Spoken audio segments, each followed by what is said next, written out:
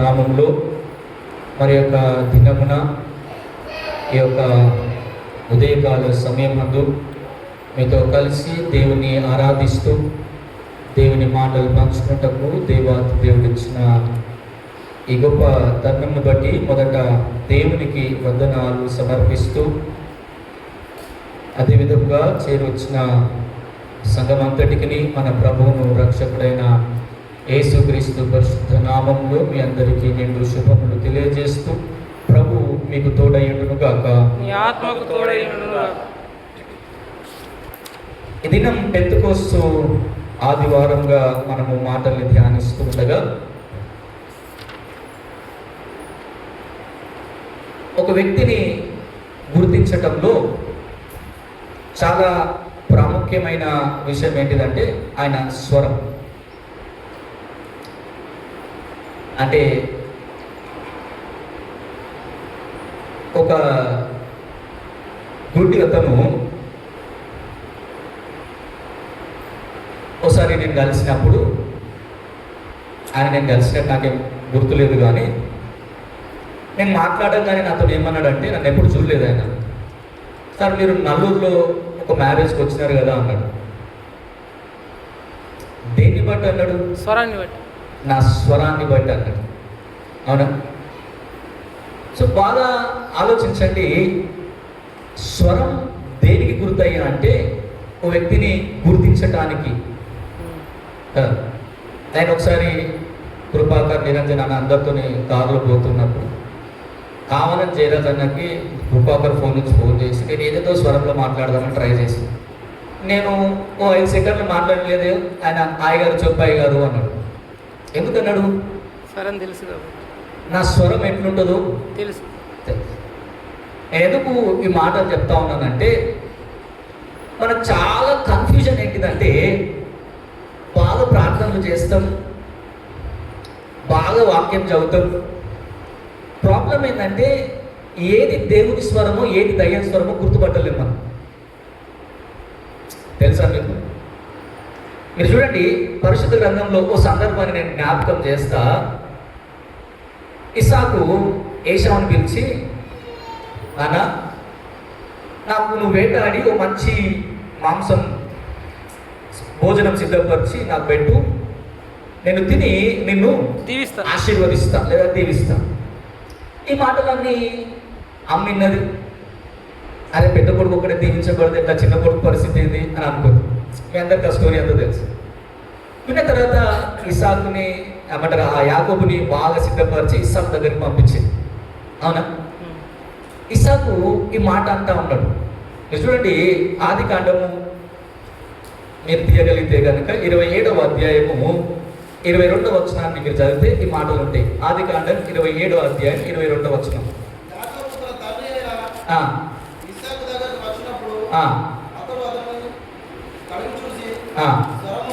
జాగ్రత్త వినండి. ఇస్సాకు యాకోబుని తడిమి చూసి ఏమంటాడో తెలుసా? స్వరము యాకోబుది, కానీ చేతులన్నీ కూడా ఏశావు చేతులే. బాగా ఆలోచించండి, ఇతని కళ్ళు కనబడటం లేదు వృద్ధాప్యం చేత, కానీ కొడుకుని ఎట్లా గుర్తుపడుతుండ్రు? రోజు స్వరాన్ని విని. అవునా?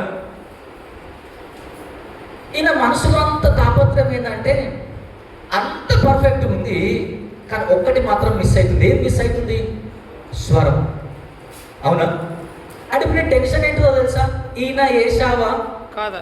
ఇప్పుడు మన ఆలోచన ఏంటయ్యా అంటే, బాగా ప్రార్థన చేసినాం, చాలా ఆలోచనలు వచ్చినాయి, ఈ ఆలోచన దేవుందా కాదా? ఎట్లా తెలుస్తుంది? ఎట్లా తెలుస్తుంది? తెలుసుకోవడానికి ఏమన్నా సూచన ఉందా? మనం కన్ఫ్యూజన్లో బ్రతికేస్తాం చాలాసార్లు.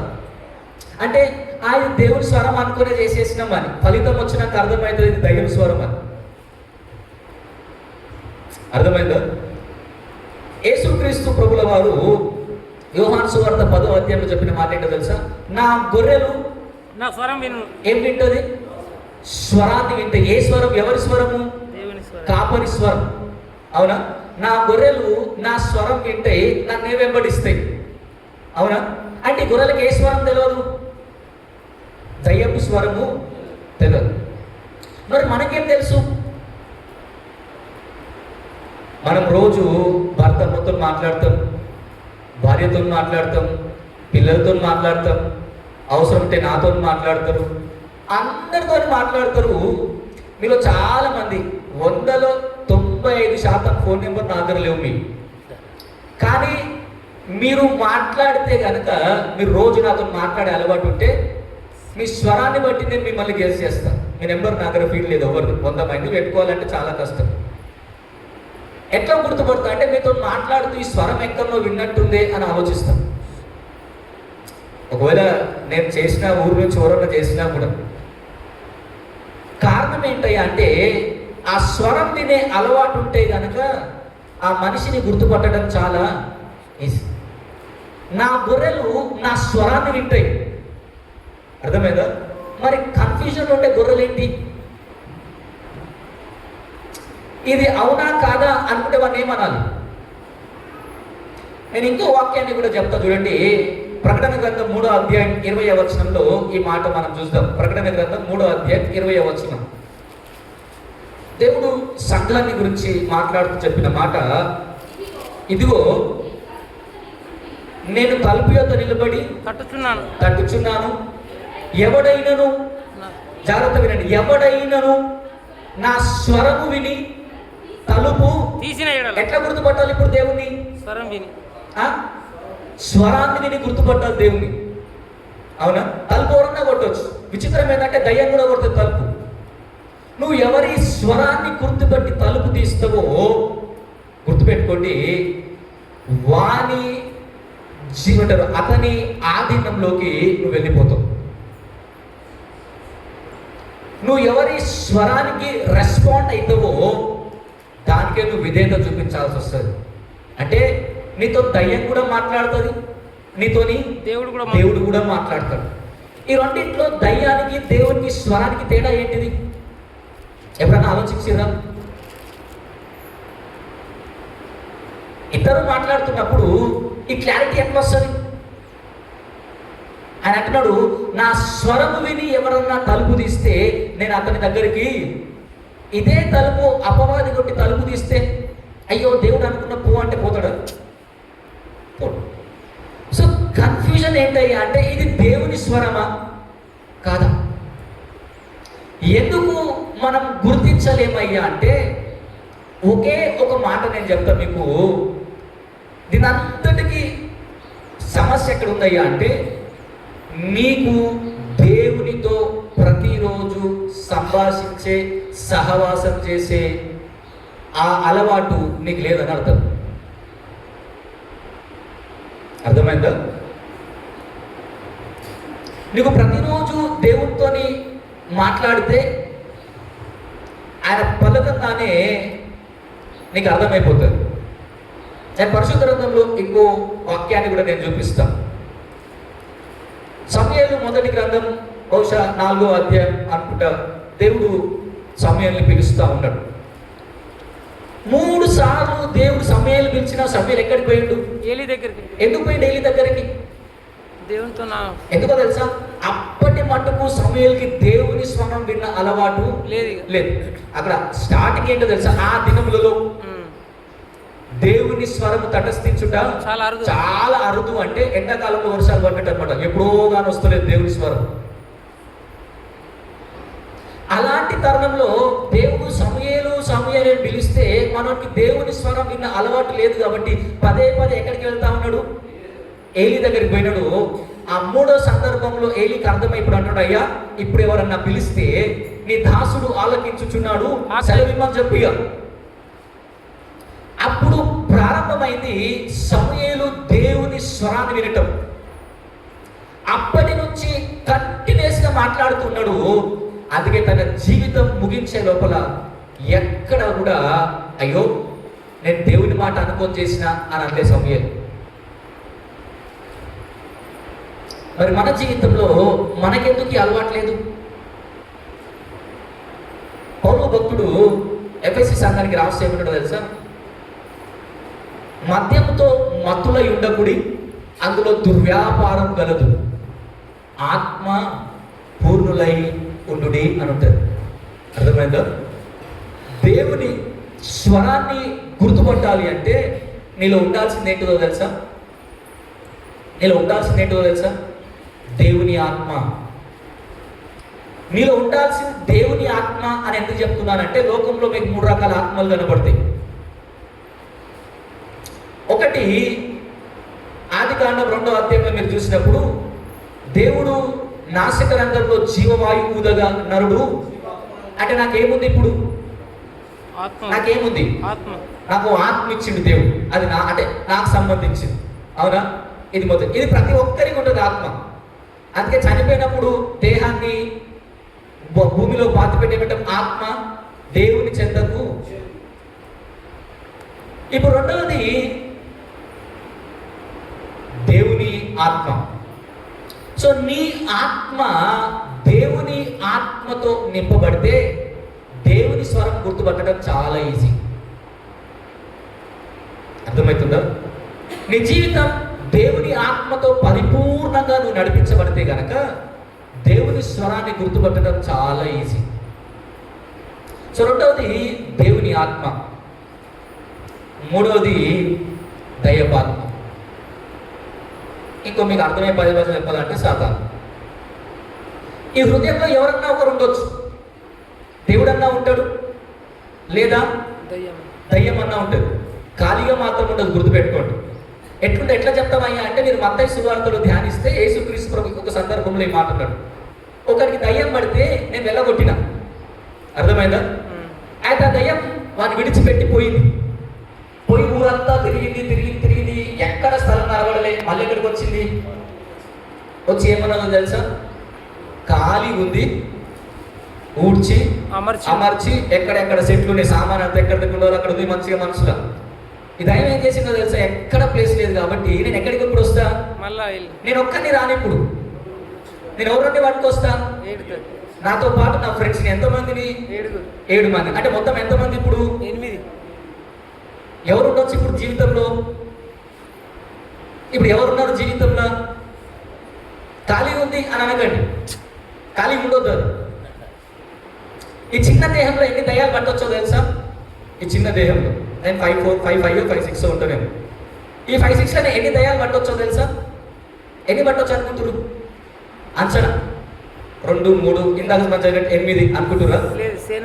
నేను మాట చెప్తా. సేన అంటే అర్థం ఏంటో ఎంతనో తెలుసా? ఎట్లా తెలుస్తుంది అంటే, ఎన్ని పనులు చచ్చిపోయినాయి? 2000 ఇంచుమించు 2000. అంటే ఆ లోపల ఎన్ని దయ్యాలు ఉన్నాయి? 5.5. ఆ లోపల ఎన్ని దయ్యాలు ఉండొచ్చో తెలుసా? 2000 దయ్యాలు ఉండొచ్చు. ఏంటయ్యా ఈ దయ్యాలు అంటే? నీ అహం. అర్థమవుతుందా? నేనే గొప్ప అనే నీ గర్వం, నా జీవితం నువ్వేంద్రా చెప్పే అనే అలవాటు, సెల్ ఫోన్ చూసే అలవాటు, బూతులు మాట్లాడే అలవాటు, వ్యభిచారం చేసే అలవాటు, తాగుడు అలవాటు, ఇవన్నీ ఏంటయ్యా అంటే ఇవన్నీ దయ్యాలు.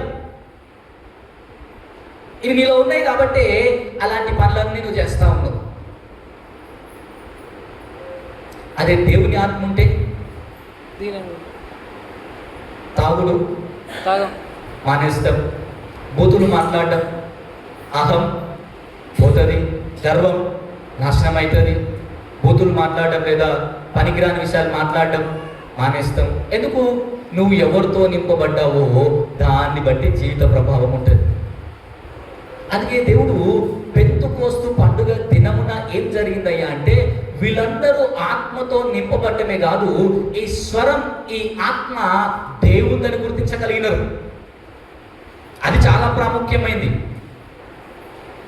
ఆదికాండం 22వ అధ్యాయంలో మీరు తీరక్కర్లేదు కానీ, దేవుడు అబ్రహాంను పిలిచినాడు. ఈ సంగతులన్నీ జరిగిన తర్వాత దేవుడు అబ్రహాంను పరిశోధించను అని ఉంటుంది. దేవుడు పిలిచి, అయ్యా నేను ఒక ప్లేస్ చూపిస్తా, నువ్వు పోయి నీ కొడుకు నాకు బలి ఇయ్యాలి. అర్థమైందా? ఏం చేయాలి ఇప్పుడు? నీ కొడుకు నాకు బలి ఇయ్యాలి. నేనేం ఆలోచిస్తా? అది ఒకవేళ ఎప్పుడన్నా ప్రసంగం చేయాల్సి వచ్చినా లేదా ఎప్పుడో చదివినా, అబ్రహాము ఏ నమ్మకంతో ఇది దేవుని స్వరం అని గుర్తుపట్టాడు. ఇచ్చినవారు కొడుకుని దేవుడు. మనం ఎట్లా తయారవుతామంటే, మనకి ఏదైనా బాగా ఇష్టం ఉంది అనుకోండి, మనకి ఇష్టమైన దాన్ని ఎవరో ఒక్కరు ఎస్ అన్నారు అనుకో, 10 మంది నో అన్న అవసరం లేదు మనకు. ఎవరైతే ఎస్ అంటారో ఆ ఒక్క మాట చాలు మనం చేయడానికి. అబ్రహాము ఎందుకు మారు ఆలోచించకుండా ఇంకో మాట మాట్లాడుకుని ఎందుకు కొడుకుని బలియడానికి పోయిండు? ఎందుకు పోయిండు అంటే ఖచ్చితంగా అబ్రహాంకి ఏం కన్ఫర్మేషన్ ఉందో తెలుసా? ఇది ఖచ్చితంగా దేవుని స్వరమే. మనం ఏమనుకుంటాం? ఇన్ కేస్ అబ్రహాం ప్లేస్లో మనం ఉంటే ఆలోచిస్తాం, ఇట్లా ఇమాజిన్ చేస్తాం. మనం ఉంటే ఈ పని చేస్తుండే ఏమేంటిదంటే, నిజంగా దేవుడు నా కొడుకుని ఏమన్నాడా? నేను మళ్ళీ ప్రార్థన చేస్తూ సార్ కన్ఫర్మ్ చేసుకుంటూ ఒకసారి. అబ్రహాం రెండోసారి ప్రార్థన చేసిండా? అవునా? లేకపోతే నాకు కొంచెం ఎందుకు అనుమానం అనిపిస్తుంది, ఎవరికన్నా ఫోన్ చేస్తాను నేను ఒకసారి, అయ్యా మరి ఇట్లా కళ వచ్చింది, నాకు కొంచెం ఇది దేవుడి స్వరమేమో కాదు డౌట్ అనిపిస్తుంది, ఏమంటూ అని మనకంటే భక్తి ఉన్న వాళ్ళకి ఫోన్ చేస్తాం. అబ్రహాం ఎవరన్నా సంప్రదించిండా? సంప్రదించాలి. పోయి శారమ్మ సరే అలా వైఫ్కి చెప్తూ, అమ్మా మరి ఇట్లా అన్నాడు దేవుడు, నిజమే అంటవా అని అనలేడు. ఎందుకు? ఎన్ని ఆలోచనలు రావచ్చు తెలుసా అక్కడ? ఎందుకంటే ఈయన అనుకున్నది కాదు ఇప్పుడు దేవుడు చేయమన్నాడు. 25 సంవత్సరాలు బాగా ఆగినాడు. అవునా? ఆగితే ఎంతమంది పుట్టినారు?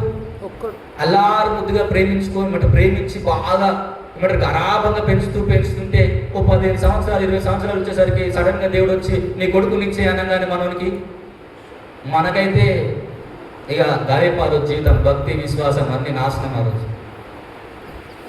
కానీ అబ్రహాము ఎంత ఖచ్చితంగా ఉన్నాడంటే ఇది ఖచ్చితంగా దేవుడి స్వరమే. నేను మొహమాట పడానగానే తెల్లారేసరికి అన్ని సిద్ధం చేసుకొని కొడుకుని బలర్పేయడానికి తీసుకొని మనకుందా ఈ క్లారిటీ దేవుని స్వరం వినటంలో. మనం చాలా హడావిడి టెన్షన్ పడిపోతాం ఏదన్నా చేయాలన్నప్పుడు. బాగా ప్రార్థన చేస్తాం, దేవా ఏది రైట్ ఏది రాంగ్ చెప్పు దేవా. కానీ నిజంగా చెప్పండి, దేవుడు మాట్లాడితే మీకు ఎంతమందికి అర్థమైంది ఓ దేవుడు వద్దన్నాడు, దేవుడు చేయమన్నాడు అని? ఎప్పుడైనా అర్థమైందా జీవితంలో? ఎందుకు కాలేదయ్యా అంటే నీవు ఇంకా ఈ దేవుని ఆత్మతో నింపబడలే. నువ్వు వింటున్న స్వరాలన్నీ మనిషిని కావచ్చు, నువ్వు వింటున్న స్వరాలన్నీ దయ్యాన్ని కావచ్చు, అవే దేవుని వాక్యం. నువ్వు డిసైడ్ అయిపోయినావు, లేదు నీ నిర్ణయం, కానీ దేవుడి నిర్ణయం ఎప్పటికీ కాదు. పేతురు కోసం చెరసాల్లో వేయబడి అపొస్తలుల కార్యం బహుశా 58వ అధ్యాయం అనుకుంటా, సగం బాగా ప్రార్థన చేస్తూ ఉంది. దేని కొరకు? అయ్యా పేతురుని చెరసాల నుంచి విడిపియవాలి. దేవుడు ప్రార్థనని విని ఆలకించి సంఘాన్ని దీవించడానికి లేదా ప్రార్థన జవాబిచ్చే దేవుడు పేతురును విడిపించాడు చెరసాల నుంచి. అద్భుతంగా తీసుకొని వస్తే పేతురు డైరెక్ట్గా ప్రార్థన మందిరానికి వచ్చేసినాడు. ఎక్కడైతే ప్రార్థన చేస్తారో సంఘం అంతా తలుపు కొడతా ఉన్నారు, కానీ ఎవరు తలుపు తీస్తలే. ఓ చిన్నది విన్నది ఏమంటారు తెలుసా? అక్కడ రాయబడ్డ మాట, ఆమె పేతురు స్వరం విని పరిగెత్తుకుంటూ పోయి ఏం చెప్పిందో తెలుసా? అమ్మ పేతురు వచ్చిండు. వాళ్ళు ఏమన్నారు తెలుసా? పిచ్చిదాని మంచి ఉండదు, నువ్వు పిచ్చిదానం అన్నారు. ముఖం చూడకుండా ఎట్లా గుర్తుపట్టిందో అతన్ని? ఆయన స్వరాన్ని. ఆమె లేదమ్మా కన్ఫామ్గా ఇది పేతురు స్వరమే నేను విన్నా అంటే వాళ్ళు ఏమన్నారు తెలుసా? సెకండ్ది అది దూత అయి ఉంటుంది తప్ప పేతురు అయితే అప్పటికి ఇక తలుపు బాదుతూ ఉంటే ఎవడ్రా అన్నదని తలుపు తీసిరు తప్ప పేతురని సంఘం ఎవరు తలుపు. ఇప్పుడు చెప్పండి, ఆ చిన్నది గుర్తుపట్టినట్టు మనం దేవుని స్వరాన్ని గుర్తుపడతామా? విన్నారా ఎప్పుడన్నా యాక్చువల్లీ దేవుని స్వరం? అలవాటు ఉందా? దేవుడు నాతో మాట్లాడాడు మీరు అందరూ అంటారు, కానీ నిజంగా చెప్పండి ఆ స్వరం దేవుదేనా? దయ్యం కూడా మాట్లాడుతుంది మీతోని, గుర్తుపెట్టుకోండి. మిమ్మల్ని పడేయటానికి, దేవుడి నుంచి దూరం చేయటానికి దయ్యం కూడా ప్రతిరోజు తన స్వరాన్ని వినిపిస్తుంది. కానీ ఎవరి స్వరానికి నువ్వు రెస్పాండ్ అవుతావో వారికి నీ జీవితాన్ని అప్పగించాల్సి వస్తుంది. అందుకన్నాడు, ఎవడైనా నా స్వరం విని తలుపు తీస్తే నేను అతని దగ్గరికి వస్తాను. నేను వెళ్ళిపోయినాక వేరే వాళ్ళు వచ్చి తలుపు కొట్టి తలుపు తీస్తే నువ్వు పతనమైపోతావు.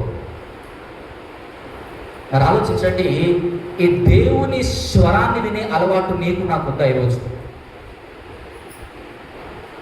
మనస్ఫూర్తిగా చెప్పండి, ఎంతమంది ప్రతిరోజు దేవుడి స్వరాన్ని వినగలుగుతారు యాక్చువల్గా? అబ్బా ఖచ్చితంగా ఇది దేవుడు చెప్పిండు నేను చేస్తా అన్న ధైర్యం ఎంతమందికి ఉంది మీకు? ఎందుకు లేదంటే మనం ఇంకా ఆత్మపూర్ణమై బ్రతకలే, మనం ఇంకా ఆధ్యాత్మికతలో పరిపూర్ణతలోనికి రాలే. ఇలా దేవుని స్వరాన్ని విన్న వాళ్ళ గురించి పరిశుద్ధ గ్రంథంలో చెప్తే చాలా మంది ఉంటారు మీకు. మరి నేను ప్రతిరోజు ప్రార్థన చేస్తున్నప్పుడు, వాక్యం చదువుతున్నప్పుడు, సేవకుల ద్వారా వాక్యాన్ని వింటున్నప్పుడు ఇది దైవ స్వరం అని నీకు ఎట్లా కన్ఫర్మ్ అయింది? అమంటారు వాళ్ళకి వీళ్ళకి అడుగుతాము తప్ప దేవుడి నుంచి ఎప్పుడన్నా ఈ కన్ఫర్మేషన్ లేదా ఈ క్లారిటీ తీసుకున్నావా? లేదా ఇది ఖచ్చితంగా నీ స్వరమే, నేను నీకు లోపడతాను. నువ్వు అనుమానపడటానికి కారణం నీకు దేవునితో గడిపే టైము లేదు. మీరు ఒకవేళ ఒకటే రోజు మీరు ఏం పని చేస్తారో తెలుసా? ఒకటే రోజు ఉదయం లేచినప్పటి నుంచి రాత్రి పడుకునే 12 గంటల లోపల, లేదా మార్నింగ్ 6 to ఈవినింగ్ 9 వరకు పడుకునే ముందు ఒకటే రోజు విషయం చెప్తున్నాను. మీరు దేనితో ఎక్కువ సమయం గడిపిన లిస్ట్ రాసుకోండి. ఏది ఎక్కువ వస్తుంది తెలుసా? ఏది ఎక్కువ వస్తుంది? ఫోన్. మీరు మనుషులతో మాట్లాడతారు, మీతో మీరు మాట్లాడుకుంటారు, అన్నీ మాట్లాడతారు, కానీ స్కిప్ చేసేది ఎవరినో తెలుసా? దేవుడిని. చూడండి, బాగా అలసిపోయిన మన తిరుడు మానేసారు ఎప్పుడన్నా? బాగా అలసిపోయిన మన తిరుడు మానేసారా? మానేరు. బాగా అలసిపోయిన మన ప్రార్థన మానేసారా? మానేస్తాం, ఖచ్చితంగా మానేస్తాం, నాకు తెలుసు, ఎందుకంటే నేను కూడా అప్పుడప్పుడు చేస్తాను కాబట్టి. బాగా ప్రయాణం చేసినాం, ఈరోజు ఏం కాదు అనుకొని ప్రయాణం చేసినాక స్నానం చేస్తాం, వండుకొని తింటాం, అన్నీ చేస్తాం, కానీ ప్రార్థన చేసుకుంటాం ఆ రోజు ఈరోజు బాగా టైర్డ్ అయిపోయినాను. నేనేమన్నా అంటే మనకు అన్నీ చేస్తాం, కానీ మర్చిపోయింది ఏంటిదో తెలుసా? దేవుని స్వరాన్ని వినటం మర్చిపోయాం. మన జీవితాలు ఎందుకు ఈరోజు పతనమైనయ్యా అంటే ఒకే ఒక కారణము, నీకు దేవుని స్వరాన్ని వినటం వెంబడించే అలవాటు లేదు, ఆ స్వరాన్ని గుర్తించే జ్ఞానం లేదు నీకు. ఆ స్వరాన్ని విని గుర్తించిన వాళ్ళు భక్తిపరులైనరు, దేవుని కొరకు అద్భుత కార్యాలు చేస్తారు. ఆ స్వరమే వినలేని మనం దేవునికి దూరం అవుతా ఉన్నాం రోజు. అందుకే ఈ దినం మనం ఏమి అలవాటు చేసుకోవాలయ్యా ఈ రోజు నుంచి అంటే, దేవుని స్వరాన్ని వినటం అలవాటు చేసుకోవాలి. ప్రతిరోజు దేవునితో సమయం గడపటం అలవాటు చేసుకోవాలి. ఆ స్వరాన్ని గుర్తించగలగాలి. గుర్తించాలి అంటే మళ్ళీ చెప్తున్నా, నీలో దేవుని ఆత్మ నివసిస్తే తప్ప ఇది సాధ్యం కాదు. ఇది నీ జ్ఞానంతో చేసేది కాదు, దేవుని ఆత్మలో చేసే కార్యం. చూడండి, ఈ మాట చదువు. కొరింథీయులకు రాసిన మొదటి పత్రిక 2వ అధ్యాయం మీరు చదివితే 11వ వచనం చూద్దాం. కొరింథీయులకు రాసిన మొదటి పత్రిక 2వ అధ్యాయం 11వ వచనం. ఒక మనుష్యుని సంగతులు అతనిలో ఉన్న మనుష్యాత్మకే గాని, తీసిరా 2వ అధ్యాయం 11వ వచనం. మరి ఎవరికి తెలియను, అలాగే గుర్తుపెట్టుకోండి, అలాగే దేవుని సంగతులు దేవుని ఆత్మకే గాని ఎవ్వరికి తెలియవు. ఇప్పుడు కంటిన్యూషన్ చూడండి, 12వ వచనం. దేవుని వలన మనకు దయచేయబడిన వాటిని తెలుసుకుంటకై మనము లౌకిక ఆత్మను కాక దేవుని యొద్ద నుండి వచ్చు ఆత్మను ఏది గుర్తించటానికి దేవుని స్వరాన్ని గుర్తించటానికి మీరు లోకపాత్మను కాదు పొందుకుంది. మీరు పొందుకుంది ఏంటో తెలుసా? ఆ పరిశుద్ధమైన దైవికమైన ఆత్మ మీలో ఉంటే దేవుని స్వరాన్ని గమనించి అర్థం చేసుకోవటం, వెంబడించటం చాలా ఈజీ.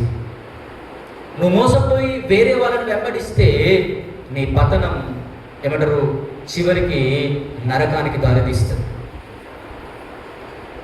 మనం చదివిన పాత నిబంధన పాఠ్యభాగం చూడండి.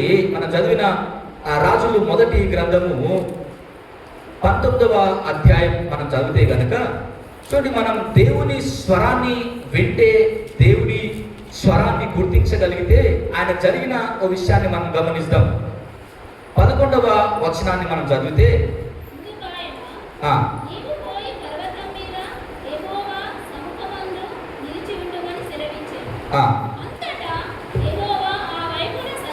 ఒకసారి మనం 14 వచనం చదువుతాం చూడండి. రాజులు మొదటి గ్రంథం 19వ అధ్యాయం 14 వచనం చదువుతున్నాం చూడండి. అందుకు అతడు, ఇశ్రాయేలు వారు నీ నిబంధనను త్రోసివేసి నీ బలిపీఠంను పడగొట్టి నీ ప్రవక్తలను ఖడ్గం చేత హతము చేసిరి. సైన్యములకు అధిపత్యకు దేవునకు యెహోవా కొరకు మహారోషం గలవాడే నేను ఒక్కడు మాత్రమే మిగిలి ఉండగా, ఇప్పుడు చూడండి, వారు నా ప్రాణము. ఈయన ఎవరి స్వరాన్ని విన్నాడు? ఇప్పుడు యెజెబెలు ఓ మెసేజ్ పంపించింది. ఏమన్నా తెలుసా? రేపు ఈ టైం కల్లా చనిపోయిన ఆ బయలు ప్రవక్తల ప్రాణం వలె నీ ప్రాణం తీయకపోతే దేవుడు నాకు ఎంత అపాయమన్నా చేయండి అని ప్రమాణం చేసి పంపించింది. ఇప్పుడు ఏలియా భయం ఏంటో తెలుసా? ఎంత భక్తుడు అంటే, ఈ మీరు 18వ అధ్యాయం చూస్తే అద్భుతమైన ప్రార్థన చేస్తాడు మనోడు. 2 ఏంటో తెలుసా? మనోడు ప్రార్థన ముగించే లోపే దేవుడు ఆకాశం నుంచి అగ్నిని కురిపించాడు. అది మొదటి ప్రార్థన. 2వ ప్రార్థన అదే 18వ అధ్యాయం చివరి భాగంలో మనోడు ప్రార్థన చేయగానే ఆకాశం వర్షాన్ని కూడా కురిపించింది. ఇప్పుడు మనోడు 3వ ప్రార్థన ఏంటో తెలుసా? దేవా నా ప్రాణం తీసుకో. మీరు గమనించిరా? అంతకు ముందుకే మనోడు ప్రార్థన చేస్తే దేవుడు గొప్పగా సమాధానం ఇచ్చినాడు. ఇప్పుడు ఇమీడియట్గా ప్రార్థన ఎందుకు మారిందయ్యా అంటే, మనోడు మనుషుల స్వరాన్ని వినటం స్టార్ట్ చేసి, అంటే ఆయన విన్నాడు, యెజెబెలు రాని స్వరాన్ని విన్నాడు. మనకి భయమైంది. ఏమని చెప్పిందో తెలుసా? యెజెబెలు రాని, రేపు ఈ టైం కల్లా నీ ప్రాణం తీస్తానే.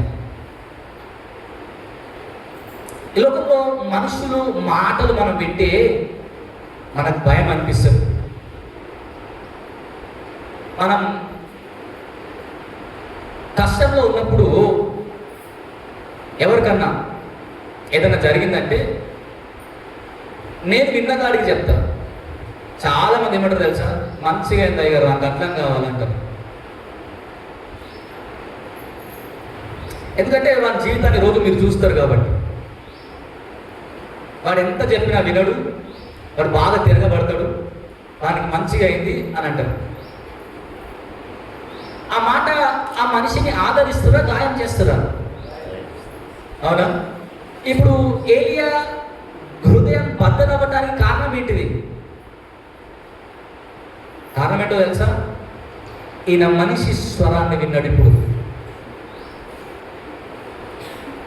ఇప్పుడు దేవుడు స్వరాన్ని వినటానికి దేవుడు ఆయన సన్నిధిలోకి తీసుకొని వచ్చినప్పుడు, ఎప్పుడైతే దేవుని స్వరం వినటం ప్రారంభించినాడో ఈ లోపలికి దేవుని జీవం ప్రవేశించింది. సో దేవుని స్వరాన్ని ఎందుకు వినాలయ్యా అంటే, నేను చెప్పే మాట ఏంటిదంటే, దేవుని స్వరం జీవము ఇచ్చేదే తప్ప అది జీవాన్ని నాశనం చేసేది కాదు.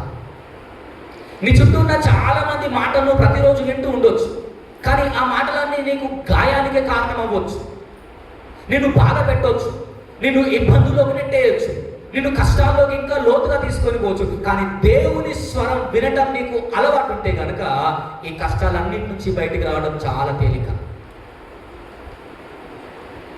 నువ్వు కేవలం ఆయన స్వరాన్ని గుర్తుపట్టి ఆయనకు రెస్పాండ్ అవుతే చాలు.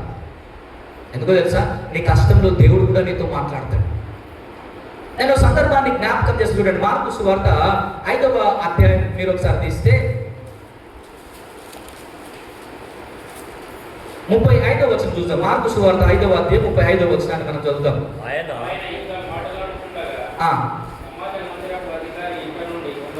కొందరు వచ్చి, నీ కుమార్తె చనిపోయినది, నీవిక బోధకుని ఎందుకు? ఇప్పుడు ఎవరి మాట విన్నాడు? ఇప్పుడు మనోడు ఓ తండ్రి తన కుమార్తె చనిపోతుందయ్యా, నువ్వు వచ్చి బాగు చేయని ప్రాధాయపడి ఇంటికి తీసుకొని వెళ్తా ఉన్నాడు. వెళ్తుంటే ఇంటికి రాక ముందుకే మార్గ మధ్యలోనే కుమార్తె చనిపోయింది. ఒక ఆయన మెసేజ్ పరిగెత్తుకుంటూ తీసుకొని అయ్యా నీ కుమార్తె చనిపోయింది, ఇక బోధకుని. ఇప్పుడు ఇమీడియట్ రెస్పాన్స్ యేసుక్రీస్తు ప్రభు చూడండి ఏముంటుందో. యేసు ఏం వినక ఇప్పుడు నువ్వు ఏమంటావు తెలుసా? అయ్యా నువ్వు మనుషుని స్వరాన్ని లక్ష్య పెట్ట అని చెప్పిన మాట చూడండి. భయపడకు, నీవు ఆయన మాటలని ఇగ్నోర్ చేయి, అంటే పట్టించుకోకు. నువ్వు నా స్వరం విను, నువ్వు నా మాటలు విను.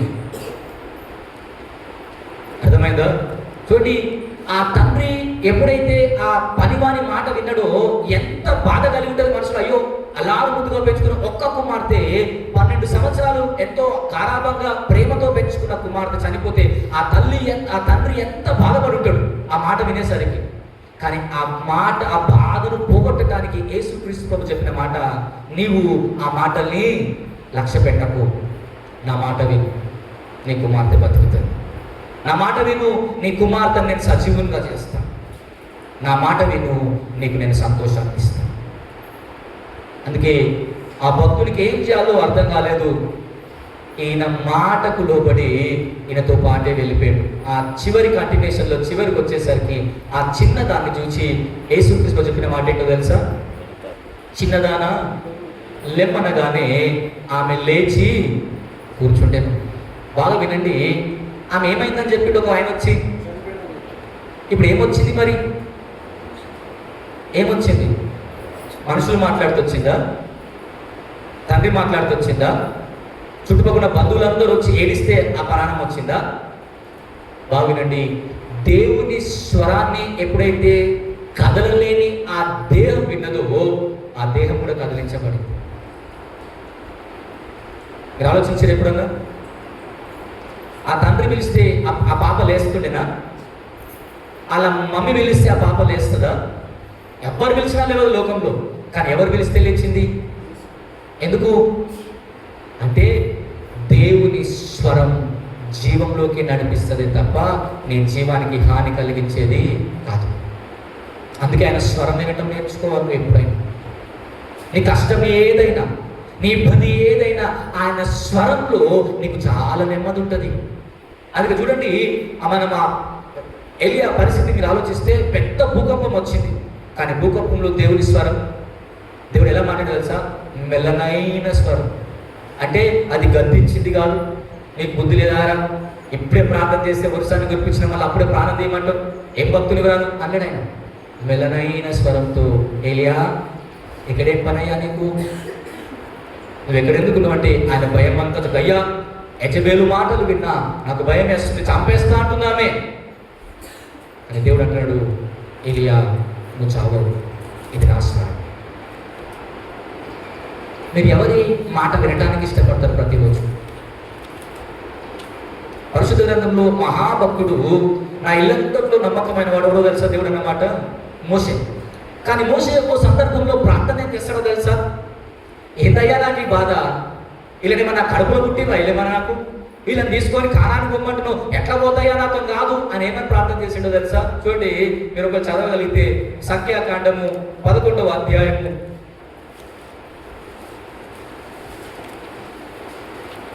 11వ వచనం ఒకసారి మనం చదువుదాం.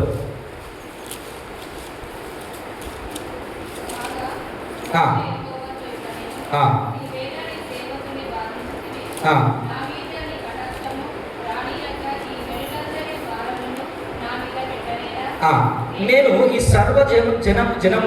సర్వజనమును నేనే వీరిని కట్టిన.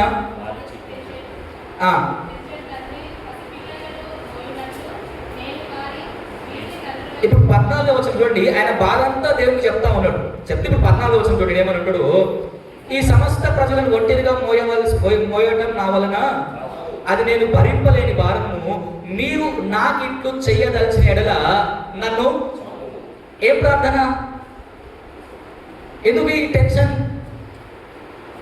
మహాభక్తుడు కదా, ఎందుకు ఈ టెన్షన్? ఎందుకో తెలుసా? మనిషి స్వరం ఇతన్ని అంత అంత ఏమంటారు ఆ బాధలోకి కృంగుదలలోకి నెట్టేసింది. దేవుడు మాటిస్తా ఉన్నాడు, మోషే మరణం దీనికి పరిష్కారము కాదు.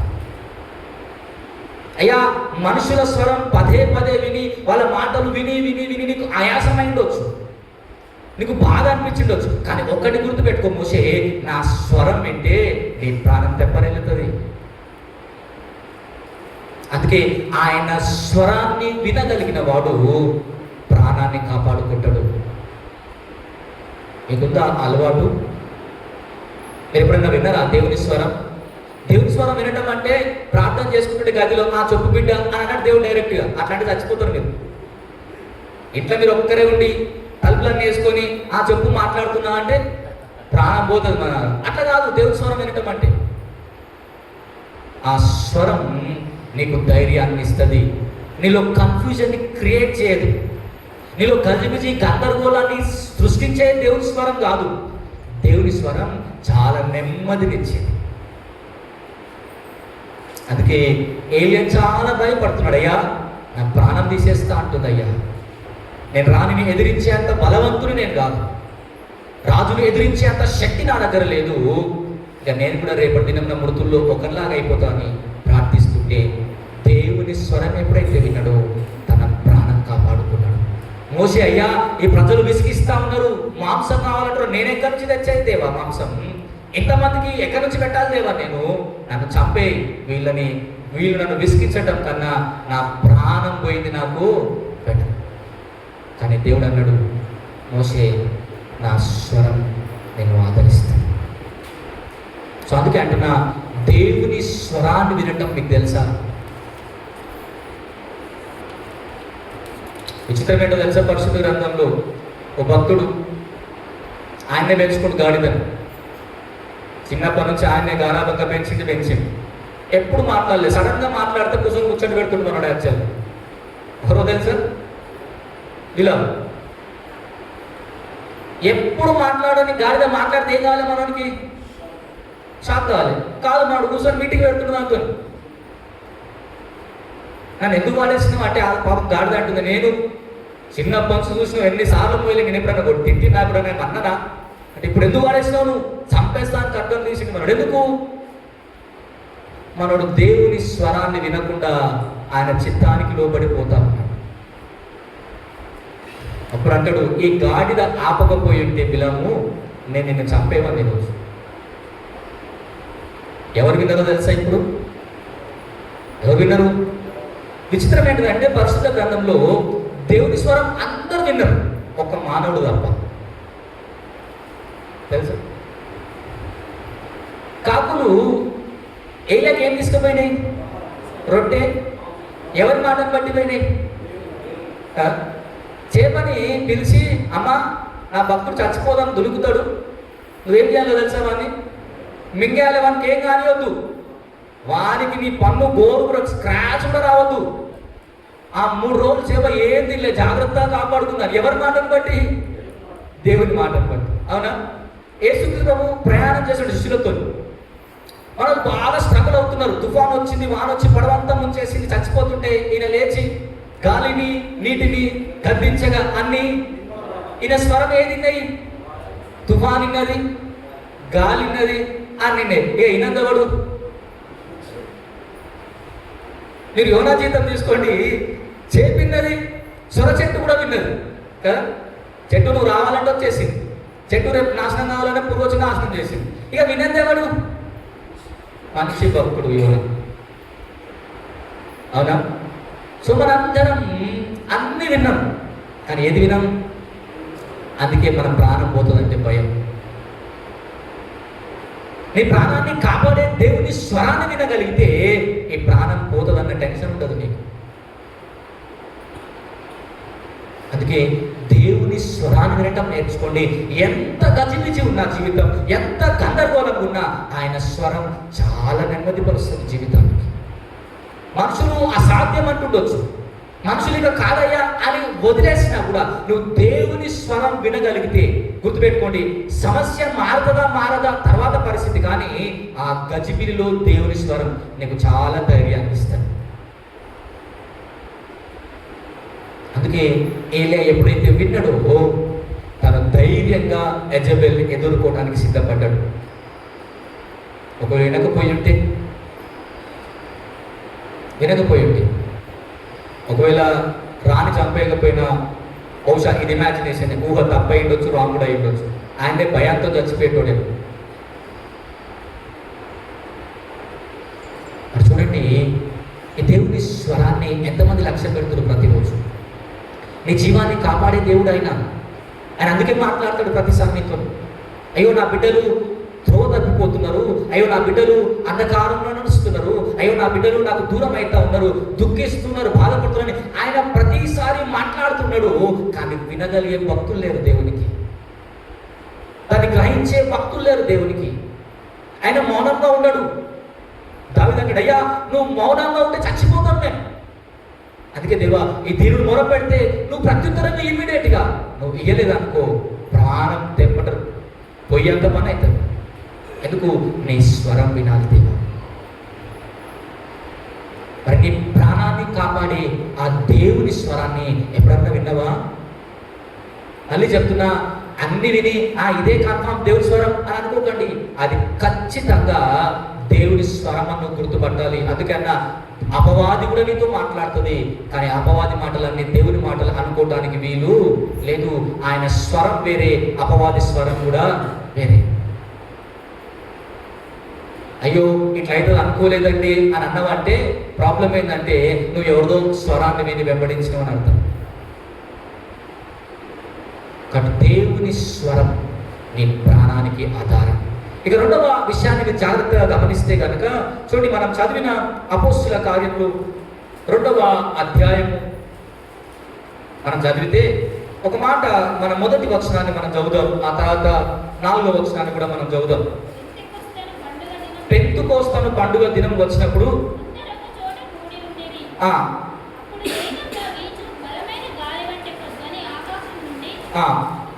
అకస్మాత్తుగా ఇల్లంతా ఇరిటను మరియు అగ్నిజ్వాలలు నాలుకలు విభాగిపోయిన వారు కనబడి వారిలో ఒక్కొక్కని మీద వ్రాలగా. చూడండి, ఒక్కొక్కని మీద అంటే అందరి మీద ఏముంది? ఇప్పుడు అందరి మీద ఏముంది? లేదా అందరిలో ఎవరున్నారు? దేవుని ఆత్మ నడిపింపు ఉంది. ఇప్పుడు అందరిలో దేవుని ఆత్మ ఉంటే అందరు ఏమవ్వాలి?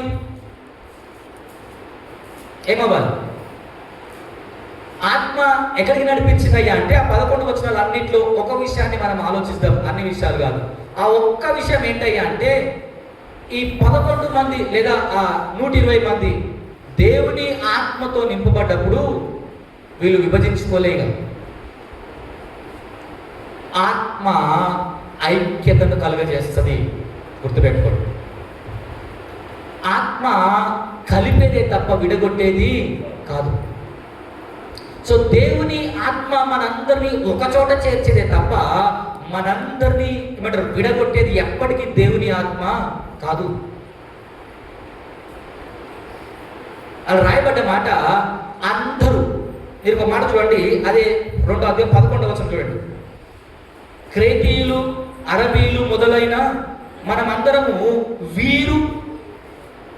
వీరు అంటే వాళ్ళందరూ, అవునా?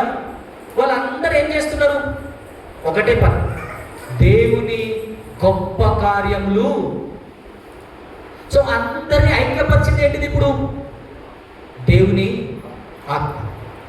సో దేవుని ఆత్మ సంఘంలో ఎందుకు ప్రాధాన్యమయ్యా అంటే సంఘం కట్టబడి ఒక్కటిగా బ్రతకాలి అంటే సంఘంలో ఉండాల్సింది ఏంటో తెలుసా? ఐక్యత. కానీ మనం వేసే డైలాగులు ఏంటో తెలుసా? మనమేసే డైలాగ్ నాకేం తక్కువ, దాని పేరు చెప్పాను. కానీ ఒకసారి ఒక ఆయన నాతో బాగా ఆర్గ్యుమెంట్ చేస్తున్నాడు ఒక విషయంలో. నేను బాగా కోపం వచ్చి 2-3 మాటలు అనేసిన. అంటే ఆయన ఆవేశంలో నువ్వు ఎప్పుడన్నా భాషలో మాట్లాడటం నేను రోజు మాట్లాడుతూ ఉన్నాను. నేనన్నా మాట్లాడితే నీకు గొప్ప, నాకేంటి? ఇంతే అన్నా నేను సింపుల్. మాట్లాడితే నీకు గొప్ప, నాకేం గొప్ప? నాకేమైనా వస్తుందా నువ్వు మాట్లాడితే? అంటే నేనేమంటున్నా తెలుసా? ఆత్మ అహాన్ని క్రియేట్ చేసేది కాదు. నీలో గర్వాన్ని చూపించేది కాదు ఆత్మ దేవుని. దేవుని ఆత్మ నీ అహాన్ని తీసేసి అందరినీ కలుపుకుంటూ పోతుంది. ఒక మాట చదివిస్తాను చూడండి. ఎఫెసీలో రాసిన పత్రిక 4వ అధ్యాయము 1వ వచనాన్ని మనం చదువుదాం. ఎఫెసీలో రాసిన పత్రిక 4వ అధ్యాయం 1వ వచనం. కాబట్టి బాగునండి, ఆత్మ కలిగించు. ఏం కలిగిస్తుంది ఆత్మ? మరి మనమేం కలిగిస్తున్నాం సంఘంలో? చెప్పండి, మనమేం కలిగిస్తున్నాం సంఘంలో? ఐక్యతను కాపాడుకున్నామా? మనందరము క్రీస్తు దేహంలో అందరం ఒక శరీరం అయితే ఈ శరీరంలో ఏముండాలి? ఐక్యత ఉండాలి కదా. మరి ఉందా? లేదు అంటే ఇప్పుడు ఆలోచించాలి, దేవుడితో నింపబడ్డరా దయ్యంతో నింపబడ్డరా అని. మీరు సంఘాన్ని చీలుస్తుంటే మీరు ఎవరున్నట్టు? దేవుని ఆత్మ కాదు, మీరు దయ్యం ఉన్నట్టు. అంటే ఆ దయ్యాన్ని ఏమనుకుని ఇన్ని రోజులు మీరు దేవుడు అనుకొని బతికేస్తున్నారు యాక్చువల్గా. ఎందుకో తెలుసా? సాతాను మనల్ని ఎట్లా మోసం చేస్తుంది అంటే సింపుల్ ఒక మాట చెప్తాను. సాతాను తానే వెలుగు దూత వేషము ధరించుకొని అని ఉంటుంది.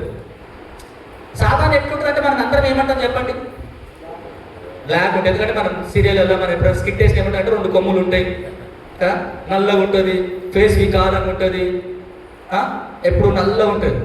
కానీ జాగ్రత్తగా ఆలోచించండి, సాతాను ఎవరు అసలు యాక్చువల్గా? ఓ దూత. అవునా?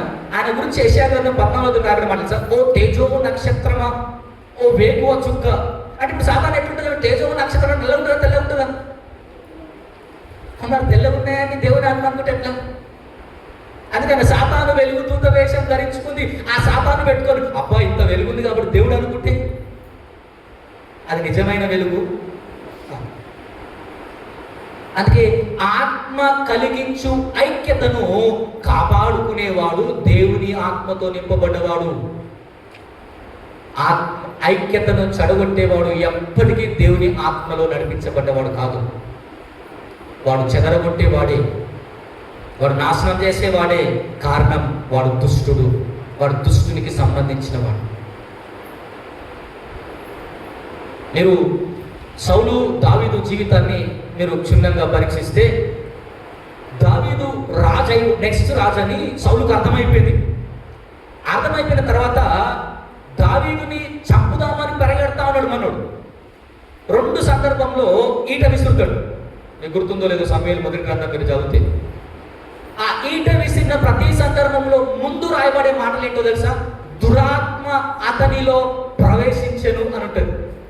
అంటే ఇప్పుడు దావీదు ఎందుకు చంపాలనుకుంటున్నాడు? అతనిలో అంటే ఇప్పుడు చెడగొట్టేది ఏంటిది?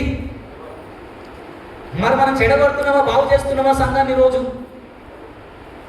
ఆలోచించారు ఎప్పుడన్నా? సంఘానికి మనం దీవెనకరంగా ఉన్నామా? వీళ్ళు ఎందుకు వచ్చిందా అన్నట్టు ఉందా మన బతుకు?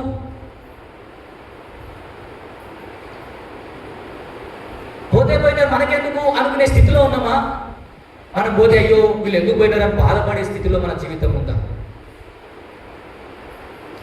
ఆత్మ కలిగించు ఐక్యతను కాపాడుకునేవాడే దేవుని ఆత్మ అభిషేకం గలవాడు. చెడగొట్టేవాడు ఎప్పటికీ కాదు దేవుని ఆత్మతో నింపబడ్డవాడు. ఎంత పెద్ద ప్రసంగం అన్నా చేయి, ఎన్ని ప్రార్థనలు అన్నా చేయి, నువ్వు సంఘాన్ని చెడగొడుతున్నావు అంటే నువ్వు దయ్యంతో సహవాసం చేసిన వాడు అని అర్థం. దావీదు ఎప్పుడైనా చంపాలనుకుడా? ఇంకో ఏమంటారు తెలుసా? నా దేవుడి చేత అభిషేకించిన వాడిని నేను ఎట్లా చంపుతాయో, నా చేయట్లేస్తాను కదా. దావీదేమో దేవుని ఆత్మతో నింపబడ్డవాడు. దావీదు సౌలు క్షమిస్తే చాలు, నేను సౌలుతో కలిస్తే బాగుండు అనుకుంటున్నాడు. కానీ సౌలు మాత్రం దురాత్మను కలిగి వీడిని చంపేస్తా అనేంత స్థితికి దిగజారి. ఆలోచించండి, సంఘాన్ని కలిపినమా విడగొట్టినమా? ఏం చేస్తున్నాం ప్రతిరోజు మన విశ్వాసం? చిన్న సంఘమైన ఆ చిన్న సంఘంలో ఐక్యత ఉందా మనకి? యేసుక్రీస్తు ప్రభు శిష్యులకు చేసిన పెద్ద ప్రార్థన ఏంటో తెలుసా? అయ్యా నేను ఏకమై ఉండలాగున వీరును ఏకమై ఉండులాగున దేవా, వీరిలో ఏమంటారు విభేదాలు రావద్దు, వీరిలో కక్షలు రావద్దు, దేవా వీళ్ళు ఎప్పుడు కలిసే ఉండాలి అని ఆయన ప్రార్థించినట్టు చూస్తాం యోహాను సువార్తలో. 15వ అధ్యాయంలో మీరు 16 అధ్యాయం చదువు. అంటే ఐక్యతను కాపాడమని దేవుడు పదే పదే ప్రార్థన చేసినాడు, కానీ ఆ ఐక్యతను చెడగొడుతూ బ్రతికేసినాడు. అందుకే దేవుని మన జీవితంలో ఏమంటారు అనుమతించలేదు మనం ఇంకా. అది ఏదైనా కానీ ఆయన క్షమిస్తూ సహిస్తూ పోయేవాడే తప్ప నాకు వీనికేం పని, వీడు కాకపోతే ఇంకొకడు అని అనుకునేది దేవుని మాత్రం ఎప్పటికీ కూడా కాదు. అది మీరు ఆలోచించండి ప్రతిరోజు. సంఘం కొరకు నీ బాధ్యత ఏమయ్యిందో ఆలోచించు ప్రతిరోజు. సంఘంలో నువ్వు దేవుని ఆత్మతో నింపబడితే ఆ ఆత్మ అందరినీ కలిపిందా, అందరి నుంచి నువ్వు దూరం చేస్తుందా? మీరు చూడండి, ఓ మాట నేను చదివిపిస్తాను. మార్కు సువార్త అదే 5వ అధ్యాయం ఒకసారి తీయండి. మొదటి వచనాన్ని మనం చదువుదాం.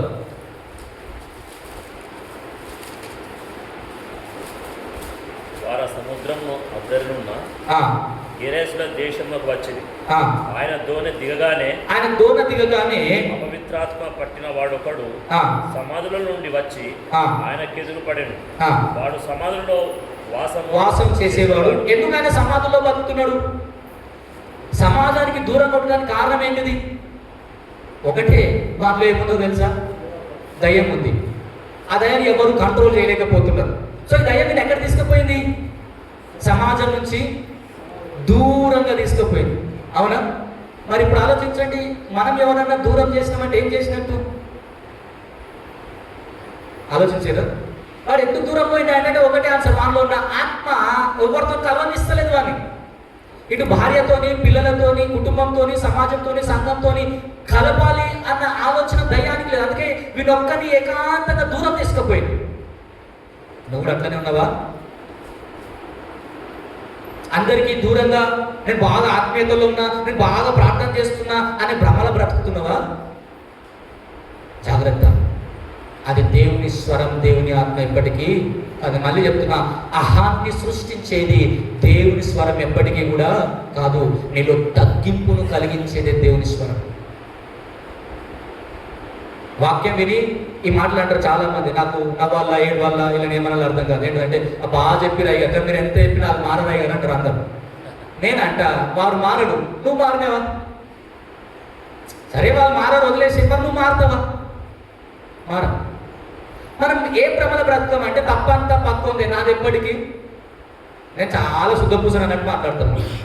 నేను చాలా మంచోని, తప్పంతా పక్కోలే చేస్తాను. అందుకే మీరు చూడండి మన మాటలు ఎట్లుంటే చెప్తాను నేను.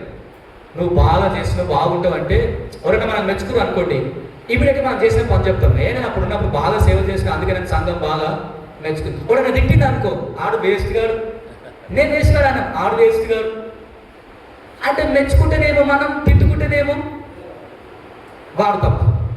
మెచ్చుకుంటే మనం రైటు, తిడితే మాత్రం ఇదే ఇమాజినేషన్లో బతికినామా మనం? ఇదే ఆత్మ గురించి, ఐక్యత గురించి పౌలు కొరింథీ సంఘానికి రాస్తూ, నేను చదివిపోయాను కానీ మొదటి కొరింథీయులకు రాసిన పత్రిక 14వ అధ్యాయంలో ఆయన దేవుని ఆత్మతో నింపబడ్డ వాళ్ళందరి గురించి మాట్లాడుతూ ఆ 14వ అధ్యాయంలో అంతా ఆయన చెప్పేది ఏంటంటే, అయ్యా మీరు దేవుని ఆత్మతో నింపబడ్డారు, చాలా సంతోషం. కానీ ఒకటి గుర్తుపెట్టుకోండి, ఆత్మతో నింపబడ్డం కదా, నువ్వు కూసో నేను చెప్తా, నువ్వేంద్ర చెప్పేది అని అనొద్దు అంటాడు ఆయన. మీరు ఇంటికి పోయిన 14వ అధ్యాయం క్లుప్తంగా చదవండి. ఆయన ఏమంటాడంటే, సమస్తము మర్యాదగా క్రమంగా చేయండి. అందరిలో ఆత్మ ఉంది, అయితే మీ అందరూ విడిపోయి నేను నాకు ఆత్మగా నేను ఇంకో సంఘం పెట్టుకుంటా, నేను ఇంకో సంఘం కాదు. మీరు అందరూ కలిసి ఒకే సంఘాన్ని నడిపించాలి. అది ఆయన చెప్పిన మాట కొరింథీ సంఘాన్ని. ఒక్కొక్కరికి ఒక్కో ఆత్మవరం ఎందుకు ఇచ్చిందయ్యా దేవుడు అంటే, మీరందరూ కలిసి ఈ సంఘాన్ని బలపరచాలి. కానీ విచిత్రం ఏంటంటే, ఆత్మను కలిగిన వాళ్ళందరూ విడిపోయి ఏం చేస్తున్నాము? ఎవరికి నచ్చిన సంఘాన్ని వాళ్ళు. మీరు బాగా ఆలోచించండి, స్కూల్లో 6 సబ్జెక్టులు కలిసి నేర్చుకోవాలా, ఒకటే నేర్చుకోవాలా? 6 నేర్చుకుంటేనే పాస్ అయితేనే. అన్ని ఆత్మలు కలిగిన వాళ్ళు మనకుంటే మేలా, ఒక్క ఆత్మ కలిగిన వాళ్ళు ఉంటే మేలా? దేవుడు ఒక్కరికి అది ఇయ్యలే కదా. మనం అందుకే చదువుతాం, ఒక్కొక్కరి మీద రాలంటే ఒక్కొక్క వరం ఇచ్చింది దేవుడు. మరి వరం ఉన్నలు అందరూ ఏం చేయాలి? కలిసి సంఘాన్ని దేవుళ్ళు పోషించాలి. కానీ నాకు ఉంది, మీరేది చెప్పేది అంటే ఏమున్నట్టు మన దగ్గర? అందుకే సమస్తమును మర్యాదగాను క్రమముగా చేయండి. ఎవరు హెచ్చించొద్దు, ఎవరు నా ఇష్టంగా చేస్తా అనొద్దు. దేవుని ఆత్మ అల్లరికి కర్త ఎప్పుడు కూడా కాదు. ఆయన ఐక్యతను కాపాడే దేవుడు, ఆయన ఐక్యతను కోరుకునే దేవుడు. ఆ ఐక్యతలో దేవుని ఆత్మ మనల్ని నడిపిస్తుంది. మరి ఇప్పుడు చెప్పండి, దేవుని ఆత్మతో ఉన్న మనం, మనకున్న 45 కుటుంబాల్లో కలవాలి అన్న మనసు ఎంతమందికి ఉంది? వీటితో నాకెందుకురా అన్న మనసు ఎంతమందికి ఉంది మీకు? ఇంతవరకన్నా ఎవరికుందో నాకు తెలుసు, నేను పేరు చెప్పకపోయినా మీకు కూడా తెలుసు. అందుకే సంఘం ఎందుకు అభివృద్ధి చెందదయ్యా అంటే, సాతాను కలిగించే ఈ అనైక్యతను విడదీసేది, చెదరగొట్టే దానికి మనం అవకాశం ఇచ్చినాం కాబట్టి. కానీ ఆ మేడ గదిలో ఉన్న అందరి మీద దేవుని ఆత్మ నింపబడితే అందరూ ఒకే పని చేసినారు, దేవుణ్ణి మహిమపరిచినారు. ఈ మహిమ ఎక్కడ దాకా అయ్యా అంటే, ఆ పండుగకు వచ్చిన వాళ్ళందరినీ కూడా ఆ ఐక్యతలో ఒక్కటి చేసేసింది వీళ్ళని. అంటే మనం కలపటానికి సాధనమా, విడగొట్టడానికి సాధనమా? మనం దేనికి సాధనం ఈరోజు సంఘంలో? డైలాగ్ వేస్తారు కదా, కమ్ కిసీసే అని. ఎవరికి తక్కువ? వాడు చారాన్ని తింటే నేను తారాన్ని తిన్నాను, నేను ఎవ్వరికి ఏం తక్కువ? ఇది ఉండొద్దు. అది ఉంటే ఐక్యత ఎప్పుడు రాదు సంఘానికి. సో దేవుని ఆత్మ ఐక్యతలో నడిపిస్తుంది. ఇక చివరి మాట చూడండి, మనం ధ్యానించి ముగిస్తాం. మనం చదివిన యోహాను సువార్త 20వ అధ్యాయము